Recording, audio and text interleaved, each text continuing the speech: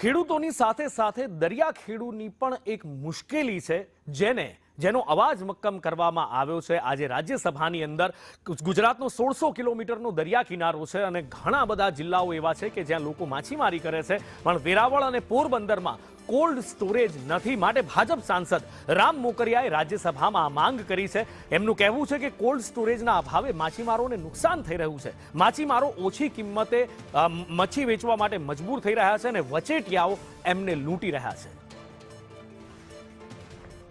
માછીમારોને તેમની પકડેલી માછલી નુકસાનમાં વેચવા સિવાય કોઈ વિકલ્પ રહેતો નથી, જેના કારણે માછીમારોને દર વર્ષે લાખો રૂપિયાનું આર્થિક નુકસાન થાય છે। આ સમસ્યાનો ઉકેલ લાવવો જરૂરી છે। હું પોરબંદર વેરાવળમાં સહકારી કોલ્ડ સ્ટોરેજ કેન્દ્રોની સ્થાપના કરવા માટે વિનંતી કરું, જેથી કરીને માછીમારો